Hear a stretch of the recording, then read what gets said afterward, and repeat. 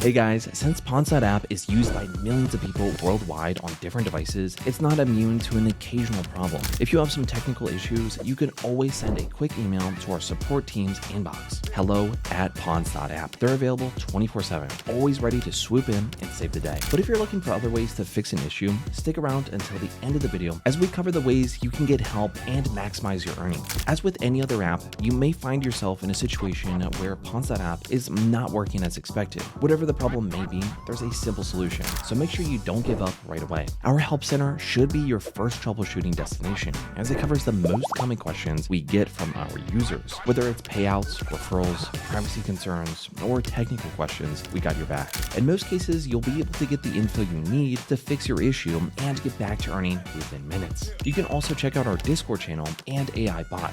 Drop your question there, and we guarantee you'll be served with instant fixes. There's always a chance someone else already had a similar issue, so it's definitely worth checking out. Android or iOS, it doesn't matter. We have dedicated channels for everyone, with more than enough members to lend a hand in seconds. Finally, you can always get social with our Instagram, TikTok, Twitter, Reddit, and YouTube. Why not drop a comment here or message us directly? We get plenty of comments every day and never miss a single one, so if you need help, we're all ears.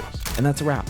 Now you have everything you need to get back to earning before you can say ka-ching. If you enjoyed the video, leave us a thumbs up and subscribe. Don't forget to click the bell icon so you're always the first to know about our new features and earning opportunities. Speaking of new features, are you having fun poking your referrals? How many friends have you invited? Are they active? Tell us in the comments.